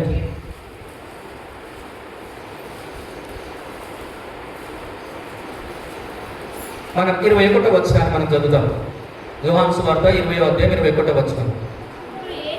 అప్పుడు యేసు తండ్రి నన్ను పంపిన ప్రకారము నేనును మిమ్మును పంపుచున్నాను అని వారితో చెప్పెను. ఆయన ఈ మాట చెప్పి వారి మీద పరిశుద్ధాత్మను, ఇప్పుడు బాగా చెప్పండి, దేవుడు ఎందుకు తన ఆత్మనిస్తా ఉన్నాడు వాళ్ళకి? ఎందుకో తెలుసా? మనం మీద చదివిన వాక్యం ఏంటో తెలుసా? తండ్రి నన్ను పంపిన ప్రకారం నేనును మిమ్ముల్ని అంటే అర్థం ఏంటో తెలుసా? దేవుని ఆత్మ దేవుని అనుకరించే విధంలోకి నడిపిస్తుంది మనని. పౌలు ఏమంటాడో తెలుసా? నేను క్రీస్తుని పోలి నడుచుకున్న ప్రకారము మీరును నన్ను పోలి. మరి ఏం మారింది పౌలు జీవితంలో? ఏం మారింది? ఏం మారిందో తెలుసా? అంతకు ముందుకు క్రైస్తవులను చంపాలని పరిగెత్తినవాడు, అవునా? ఇప్పుడు క్రీస్తుని అనుసరిస్తున్న ఎట్లా తెలిసిందయ్యా అంటే, ఆయన అందరికీ దేవుని చెంతకు నడిపిస్తాడు. అందరినీ చంపాలనుకున్న వాడు ఇప్పుడు చనిపోవటానికి సిద్ధపడుతున్నాడు. మీరు గుర్తుపెట్టుకోండి. ఇంకో విచిత్రంగా చెప్పాలి అంటే, ఒక లెటర్ తీసుకొని వస్తా ఉన్నాడు. ఏమన్నా తెలుసా? నేను క్రైస్తవులందరినీ చంపేస్తా. కానీ విచిత్రం ఏంటంటే, ఒక్క లెటర్ చంపాలని తీసుకున్నాడు, ఆ తర్వాత 14 లెటర్లు రాసిండు. రోమా నుంచి హెబ్రీ దాకా 14 లెటర్లు ఎందుకు రాసిండో తెలుసా? సంఘాన్ని బతికించాలని రాసి. ఒక్క లెటర్ చంపాలనుకుంది, కానీ బతికించడానికి ఎన్ని అవసరమైనా తెలుసా? అంటే తన జీవితంలో ఎంత, తన జీవితం క్రీస్తుని అనుకరించే విధంగా మారిందో చూడండి. దేవుని ఆత్మ దేవుని వలె అనుసరించడానికే తప్ప, దేవుని మార్గంలో నడవటానికే తప్ప నీ ఇష్టం వచ్చినట్టు ప్రవర్తించడానికి కాదు దేవునికి ఆత్మనిచ్చేది. అందుకే ఆయన అంటున్నాడు, తండ్రి నన్ను పంపిన ప్రకారం నేను ఎట్లా తండ్రిని అనుసరించినో మీరు నన్ను అనుసరించడానికి నా ఆత్మ మీకు ప్రసాదిస్తుంది రోజున. అంటే క్రీస్తుని పోలి నడుచుకునే విధానం ఎక్కడుంది? ఇప్పుడు దేవుని ఆత్మతో నింపబడ్డ వాళ్ళ దగ్గర. మరి క్రీస్తుకు విరుద్ధంగా బతికేటోళ్ళంటే, క్రీస్తుని మాటకి అవిధేయత చూపించే వాళ్ళు అంతా ఎవరున్నట్టు? మీరు చెప్పండి. ఈరోజు ఇప్పుడు మీరు అనుమానం పడాలి, మా లోపల ఏముంది? మరి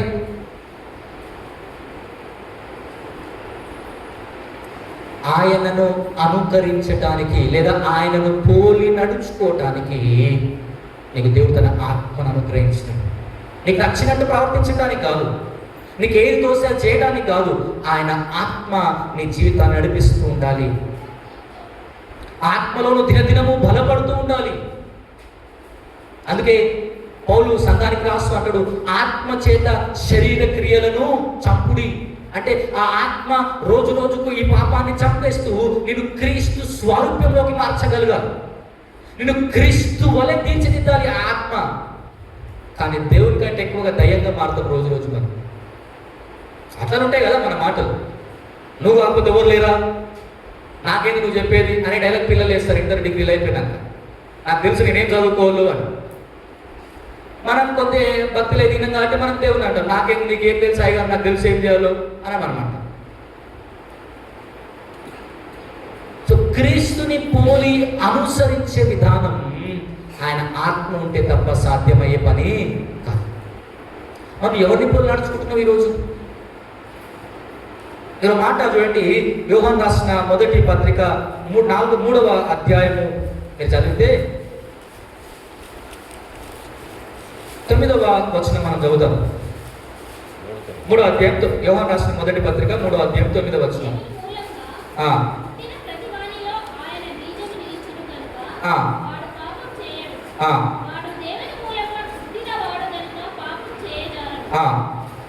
దీనిని బట్టి దేవుని పిల్లలు ఎవరు, అపవాది పిల్లలు ఎవరు? నీతిని జరిగించని ప్రతివాడు దేవుని సంబంధులు. ఏమని చెప్తుంది వాక్యం పదే పదే అక్కడ? దేవుని పోలి నడుచుకునేవాడు పాపానికి అవకాశము ఇవ్వడు. అందుకే పాపము చెయ్యజాలడు, పాపానికి ఇష్టపడడు, పాపాన్ని అసహించుకునేది. మరి మనకేముంది? ఫినెహాసు అనే భక్తుని గురించి మీరు పరిశుద్ధ గ్రంథంలో అయితే ఒకే అధ్యాయం ఉంటుంది ఆయన గురించి, కొన్నే వచ్చిన లెక్కలు. కానీ దేవుడు ఏమంటారు తెలుసా? ఫినెహాసు నేను ఏది ద్వేషించినో నువ్వు దాన్ని ద్వేషించుకున్నావు, అందుకు ఫినెహాసు నేను బాగా దీవిస్తాను. దేవుడు మెచ్చుకుంటాడు. ఏంటయ్యా చేసిన పని అంటే, ఇశ్రాయేలు ప్రజలు మోయాబీలతో వ్యభిచారం చేయడానికి వాళ్ళని వాళ్ళు అప్పగించేసుకుంటే ఓ లేవీయుడు వ్యభిచారం చేయడం చూసి ఈయన ఈట విసిరి వాళ్ళిద్దరిని చంపేస్తాడు, సహించలేక పాపాన్ని. అప్పుడు దేవుడు అంటాడు ఇప్పుడు ఫినెహాసుతోని, నేను ద్వేషించిన దాన్ని ఫినెహాసు నువ్వు ద్వేషించితివి. కారణం ఏంటో తెలుసా? ఫినెహాసు దేవుణ్ణి పోలి నడుచుకుంటా ఉన్నాడు. ప్రజలంతా శరీరాన్ని పాపానికి సుఖానికి అప్పగించినారు. నువ్వు దేనికి అప్పగించినావు నీ జీవితాన్ని? క్రీస్తుని పోలి నడుచుకునే గుణం మళ్ళీ ఎంతమందికి ఉంది ఈరోజు? మీరు మాట చూడండి, ఇది చదివి మనం ముగిస్తాం. అపోస్తుల కార్యం 9వ అధ్యాయం 36 నుంచి మనం చదివితే కనుక, అపోస్తుల కార్యం 9వ అధ్యాయం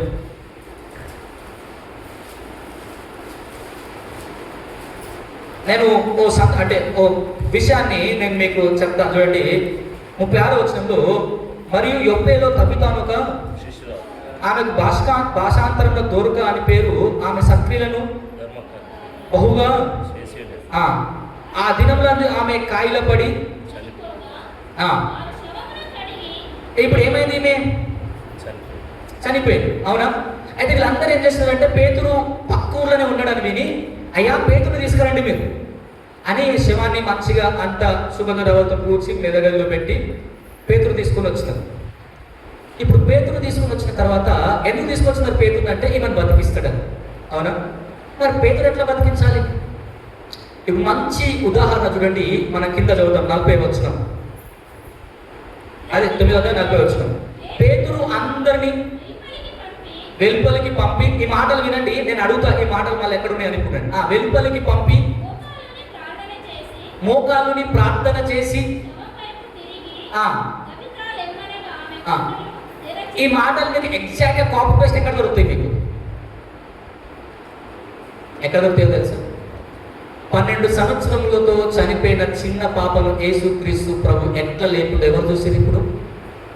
అది చూడండి, మీరు ఆ సందర్భం చదివితే ఆయన మూట అందరినీ బయటికి, ఏడ్చేటోళ్ళందరినీ బయటికి ఇప్పుడు పేతురు ఏం చేసిండు? అందరినీ వెలుపలికి బాగా చూడండి. ఇప్పుడు ఎవరిని అనుకరించిండు పేతురు? ఎందుకు? ఇప్పుడు మనం ఎవరిని అనుకరిస్తాం? ఆయన తబితాను లేపటానికి ఎవరు గుర్తొచ్చినాయి అంటే, అదే 12 సంవత్సరాలు చిన్న పాప చనిపోయినప్పుడు యేసయ్య ఏం చేసాడో అంత గుర్తు పెట్టుకొని మనడు అదే పని చేసి ఎగ్జాక్ట్గా. అందుకే తన జీవితంలో ఓ అద్భుతాన్ని అక్కడ సంఘం తన ద్వారా దేవుడు చేయించిన సంఘం. ఇప్పుడు మన జీవితంలో కూడా దేవుని అనుకరిస్తే సంఘంలో ఏం జరుగుతాయి అంటే చనిపోయిన లేపుతామని కాదు. ఒకవేళ దేవుడు మన ద్వారా చేయాలని చూసుకుంటే అది పెద్ద విషయం ఏం కాదు దేవుడు. కానీ ఆలోచించండి, నువ్వు దేవుణ్ణి అనుకరిస్తే దేవుణ్ణి ఈ లోకానికి చూపిస్తావు. కానీ ఎవరిని చూపిస్తావు? ఆలోచించండి. నీ జీవితాన్ని ఎవరికి అప్పగించినావు? ఈరోజు ఇన్ని ప్రార్థనలు చేస్తావు, ఇన్ని వాక్యాలు ఏంటో ఇంత గొప్పగా భక్తులు అనుకుంటావు కదా, ఎట్లుంది మరి బతుకు? యేసుక్రీస్తు ప్రభు వల్లనే జీవిస్తున్నావా? ఆయనను పోలి నడుచుకుంటున్నావా? శిష్యులందరూ ఆయనను పోలి నడుచుకుంటున్నారు, అందుకే గొప్ప కార్యాలు చేయగలిగినారు. ఆత్మ వారిని క్రీస్తు స్వరూపంలోకి మార్చింది. అందుకే మనం 451వ కీర్తన భారతం 4వ వచనం, సర్వచిత్తము నీదైన చివరి వచనం ఏంటంటే, ఆత్మస్వరూప నీ చిత్తమే అనిశంబు చెల్లు ఇహ పరమున అధికంబుగా నన్ని ఆత్మతో ఆవారింపు నా రక్షక. ఎందుకయ్యా నీ ఆత్మనిస్తావు అంటే అంటాడు, అందరూ నాలో క్రీస్తుని చూడ ఆత్మతో నన్ను నింపుము దేవ. ఎందుకొరకు దేవుని ఆత్మ? ఎందుకొరకు? నేను భాషలు మాట్లాడితే నీకు రామయ్య గారు అనిక కాదు. సంఘంలో భాషలు మాట్లాడే వరం లేకపోతే నీకేం తెలుసు అని ఎక్కిరించడానిక కాదు. దేవుడు నీకు వరం ఇచ్చింది వారిని బలపరుస్తామని, బలహీనుని నువ్వు లేవనెత్తుతావని. కానీ ఆత్మను పొందుకున్నామని భ్రమలో గర్వంలో బతికేస్తున్నాం. అందుకే దేవుని పనులు మన ద్వారా జరగటం లేదు లోకంలో ఈరోజు. దేవుని కార్యం మన ద్వారా అందుకే ఎవ్వరికి తెలియటం లేదు. ఎవరికి ఈరోజు ఆయనను అనుసరించి బ్రతికితే నీ జీవితంలో దేవుని కొరకు గొప్ప కార్యాలు చేస్తాడు. అందుకే ఆయన అన్నాడు, ఆత్మపూర్ణయుడి, మద్యంతో మత్తులై ఉండకుండా అల్ల దుర్వ్యాపారం కలదు. అందుకే ఆత్మపూర్ణయుడి. ఈరోజు ఆ పెంతెకోస్తు పండుగ దినంన ఆయన ఆత్మ బలంగా శిష్యులందరి మీదకి కుమ్మరించబడ్డప్పుడు వారు నూతన జీవాన్ని పొందుకున్నారు. ప్రజలందరినీ దేవుళ్ళు ఐక్యపరుస్తూ ఉన్నారు. దేవుని వల్లే బ్రతుకుతూ అనేకుని దేవుని చెంతగా నడిపించారు. ఈరోజు మనము సంఘంగా ఎందుకు ఎదగలే అంటే మనం దేవుని ఆత్మతో ఇంకా ఈ మాట అనాల్సి వస్తుంది. అసలు పరిశుద్ధాత్మ ఉన్న సంగతి అంటారేమో మీరు, నాకు తెలియదు. అలా కాదు. ఒకవేళ ఆ గాడి చేసే సీమోన్ అన్నట్టు, అయ్యా ఈ డబ్బులు ఇస్తా, నా మీద చేతులు పెట్టు, నాకు కూడా పరిశుద్ధాత్మని ఇవ్వండి, నేను ఎవరి మీద చేతులు పెడితే వాడు కూడా ఆత్మ పొందేటోడే, డబ్బులు ఇస్తా అంటే పేతుడు, అయ్యా నీ హృదయం దేవుని ఎదుట సరిగ్గా లేదు, నువ్వు నీ డబ్బు నశించిపోతుంది, జాగ్రత్త అని డబ్బిచ్చి పొందుకునేది కాదు. దేవుని సన్నిధానంలో నువ్వు కనిపెట్టి పొందుకునేది, నీ పాపాన్ని జయించటానికి, సంఘాన్ని కట్టడానికి, దేవుని పనులు చేయడానికి నువ్వు ప్రార్థనలో కనిపెట్టి పొందుకోవాలి తప్ప డబ్బిస్తేనో, ఓ పాట పాడితేనో, ఓ ప్రసంగం చేస్తేనో వచ్చేది దేవుడికి ఇచ్చేది కాదు. ఎట్లా పొందుకో, ఒకే మార్గం పొందుకోవడానికి ఆయనను మెప్పించాలి, దేవుడిని మెప్పించాలి. ఆయనను మెప్పిస్తే ఆయన నిన్ను ఆత్మతో నింపుతాడు. అప్పుడు నీ జీవితం ఆ ఆత్మ ఫలములన్నీ కనబడతాయి నీ జీవితంలో. ఏంటి ఆ 9? ఆ 9 చెప్పి ముగిస్తాం. ప్రేమ, సంతోషము, సమాధానము, దీర్ఘశాంతము, దయాళుత్వము, మంచితనము, విశ్వాసము, సాత్వికము. ఈ 9 ఉన్నాయా? మరి ఏ ఒక్కటి లేకపోయినా ఆత్మ లేనట్టే గుర్తుపెట్టుకోండి. ఆయన ఒక్కడుంటే 9 ఖచ్చితంగా ఉంటాయి. మరి మనందరి ప్రయత్నం ఒకటే రోజు, దేవా శిష్యుల మీద నీ ఆత్మను కుమ్మరించుకో, మాకు కూడా దయచేయి దేవా. మేము కూడా నీ కొరకు బతకాలయ్యా, నువ్వు స్వరత్వం ఇచ్చి సంపాదించుకున్న సంఘం రోజు రోజుకు ఎదగటం మా ద్వారా జరగాలి. మమ్మల్ని సాధనంగా వాడుకో, మమ్మల్ని మీ ఆత్మతో నింపని మనం ప్రార్థన చేయాలి. తలలు మంచి ప్రార్థన చేద్దాం. ఈ దినం దేవుని మాటలు విన్న మనందరం ఆయన వైపుకు చూస్తూ ప్రార్థనలో సమయం గడుపుదాం. మా దేవ, మా ప్రభువ, పరిశుద్ధుడా, మీకు వందనాలు. ఈ దినం నాయన దేవుని ఆత్మ ఏ విధంగా మానవ జీవితంలో క్రియలు జరిగిస్తుందో అని తెలుసుకోవడానికి మీరు ఇచ్చిన మీ వాక్కును బట్టి వందనాలు దేవా. మనుషులు దయ్యంతో నింపబడుతుంటే మీకు దూరం అయి దేవా సంఘాన్ని చెదరగొడతారు. కానీ మీ ఆత్మతో నింపబడ్డ వాళ్ళు దేవా మీ జీవాన్ని కలిగి సంఘాన్ని ఐక్యపరుస్తూ ఈ లోకంలో మిమ్మల్ని అనేకులు కనపరిచే జీవితాన్ని వారు కలిగి ఉంటారని వాక్యం సెలవిస్తుంది. ఇంకా ఎవరమన్నా దేవా నిర్లక్ష్యంగా ఉంటే, మీ స్వరం వినటం నాయన మేము భ్రమపడుతూ ఉంటే, నిజంగా దేవుని స్వరము కాదు అని దేవా అయోమయంలో ఉంటే, మీ స్వరాన్ని విని అలవాటు మాకు దయచేయండి. మీ సహవాసంలో బలపడుతూ దేవా ఈ లోకంలో అనేకులు మాట్లాడుతున్నారు, అనేక స్వరాలు వింటున్నాం, గజిబిజి గందరగోళాన్ని గురి చేస్తున్నాయి దేవా. కానీ మీ స్వరం ఏలియాని బలపరిచింది, మీ స్వరం మోషేను బలపరిచింది, మీ స్వరం శిష్యులను బలపరిచింది. మీరు అన్నమాట, నా గొర్రెలు నా స్వరాన్ని వింటాయి. మేము మీ గొర్రెలుగా బ్రతికి మీ స్వరాన్ని విని మీ కొరకు బ్రతకటానికి మీ కృప మాకు దయచేయమని యేసు నామములో ప్రార్థిస్తున్నాము తండ్రి, ఆమేన్.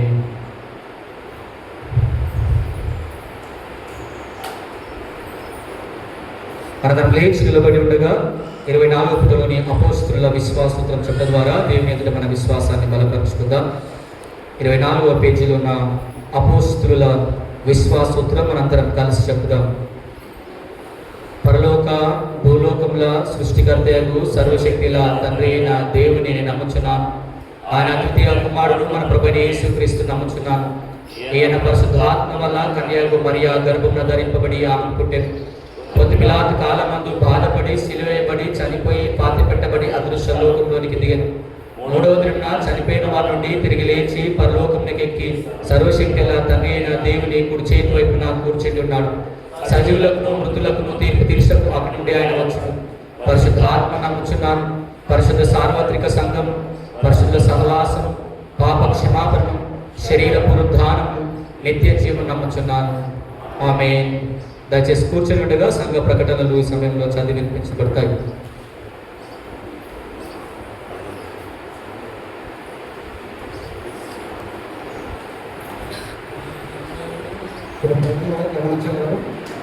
ఈ పరిశుద్ధ ఆధారానికి దైవాన్ని అందించడానికి మన స్థానిక సంఘటన.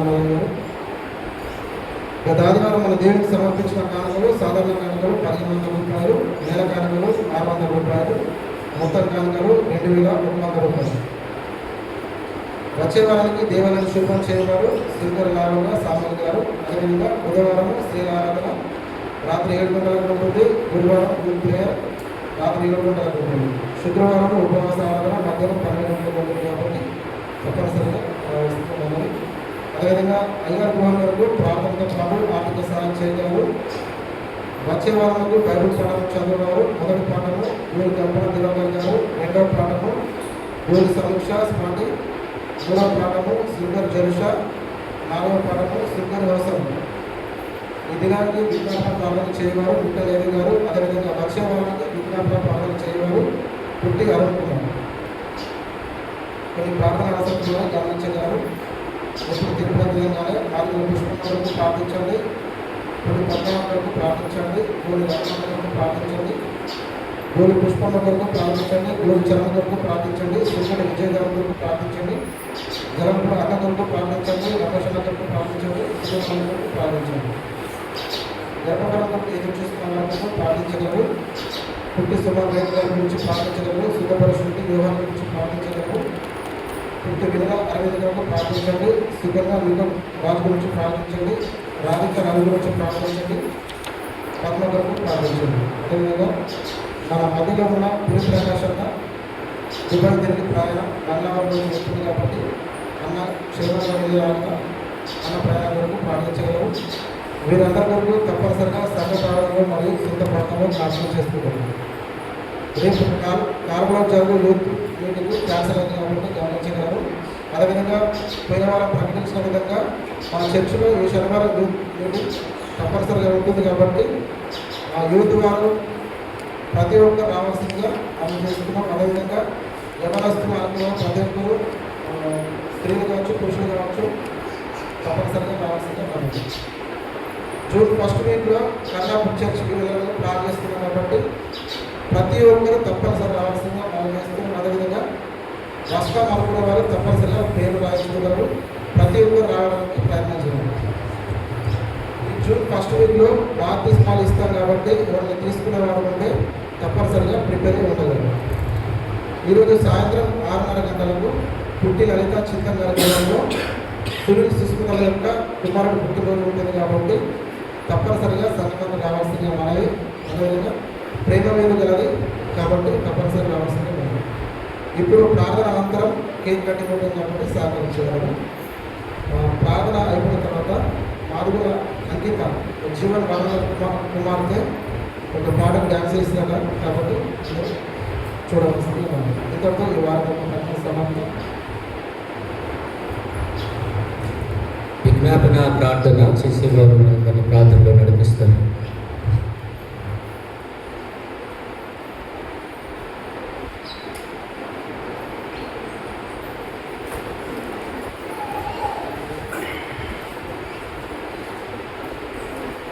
ప్రార్థించుకున్నాము. అందరూ ప్రార్థనలో సహకరించవలసిందిగా మనం చేస్తాం. పరిశుద్ధుగా మహోన్నతుగా సర్వాధికారి సర్వశక్తిగా యేసయ్యాని ఘనమైన నామానికి ప్రభావం చెల్లిస్తున్నాం. ప్రభా సంఘమంతా కూడి ప్రార్థన చేస్తూ ఉంటుండగా తండ్రినైనా ప్రభా ఐక్యతలో ప్రభా మేమైనా జారిపోయి దయతో క్షమించమని అడుగుతున్నాం. ప్రభా స్తోత్రం చెల్లిస్తున్నాం. ప్రభా సంఘాన్ని సమాధాన స్థితిలోకి నడిపించేవాడివి నీవేనైనా ప్రభా దేవుని ఆత్మ కలిగి నడుచుకునే భాగ్యం మా అందరికి దయచేసినందుకు మేము తెలుస్తాం. దైవ సేవకుని ముఖాంతం నుంచి మీరు మాట్లాడిన ప్రతి మాటకి